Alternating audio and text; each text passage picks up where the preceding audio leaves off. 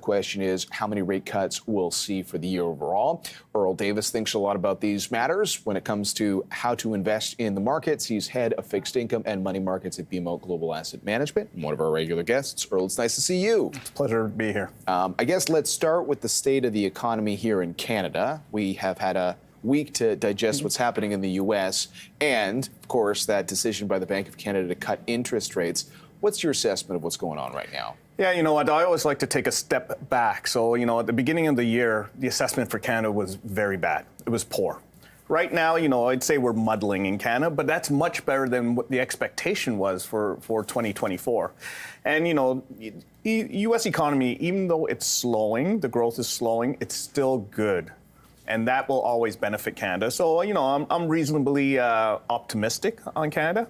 I think we're in an all right spot. Could be better, though. What does that mean in terms of interest rate policy, in your opinion? Yeah, there's three ways I'll look at this. My view, the market's view, and the Bank of Canada's philosophy. So my view is there's probably one more ease left this year in regards to 2024, and that's based upon the resiliency of the U.S. economy. We will benefit. That's a good news story. If we only get one more ease, it means Canada's economy is doing better than expected.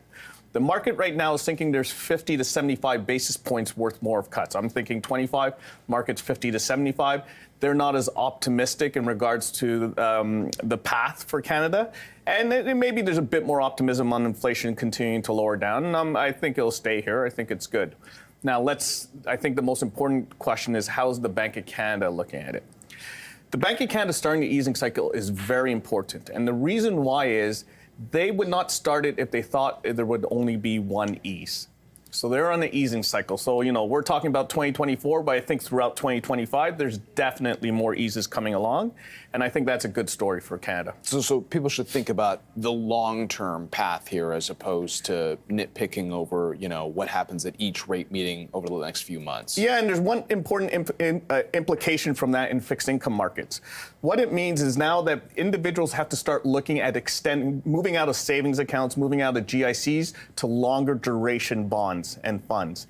And the reason why I say that is because of what I said with the Bank of Canada being an easing cycle. Looking towards the end of 2025, it's reasonable to expect there's probably going to be at least 100 basis points of eases. That impacts bonds across the whole curve. So now it makes sense to, start looking at the maturing GICs, going into longer dated bonds, as well as your savings accounts extending out to longer dated bonds. So just to paraphrase a little bit there, does that mean people have been parking their money in some shorter term products because there was a little bit of uncertainty on what would happen with interest rates? If there's now a clear path towards cutting, you can feel more confident in locking in longer term bonds because the yields associated with that won't necessarily stay there forever if we're now in an easing cycle? Yeah, and I want to put a magnifying glass on the last statement you made in regards to the yields. The reason why they were locking up for 1 year or 6 months, that was the highest amount of yield you could get, in regards to 5%. You had an inverted yield curve, which meant if you invested in 5 years, you were getting 4%. Now that the lower end of the yield curve is coming down, it makes this look more attractive. The longer end, 5-year, 10-year, 30-year bonds won't reduce as much as there, but you want to get as much yield for as long as possible, and that's why it starts making sense to look to extend out duration. It's kind of like the way people lock in a mortgage just based on what they think is the best option over the longer term. Earl, we talked to a lot of our guests about where to invest money, like in the stock market geographically. We constantly have a conversation about Canada versus the U.S. We haven't talked as much about this interesting dynamic of two central banks that seem to be at different points, and at least in what they want to talk about with the markets. But how do you think about U.S. fixed income or U.S. government debt versus Canadian debt by comparison?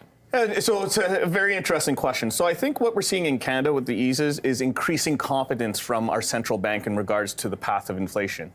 I think this week with the FOMC, it was decreasing confidence, reducing it to one expected ease by the end of the year. And if you heard Powell's responses to all the questions, they were very neutral, very middle of the path. And I think that's a reflection of the board. There's a lot of dispersion of views on the board. So we have more certainty here in regards to the path of interest rates, less in the U.S. What's our expectation? The market is expecting one ease in the U.S. this year. Our base case is none. And that's just because of a few things, the resiliency of the economy And if you look at some leading indicators of the economy, specifically the Atlanta Fed GDP tracker, it's tracking at 3% real. That's above that 2% sort of range that we've been in through the year. That's strong. So I think the central bank in the U.S. will remain, base case is no eases, but there's a chance of one and done. I could see the possibility of that increasing. Okay, well,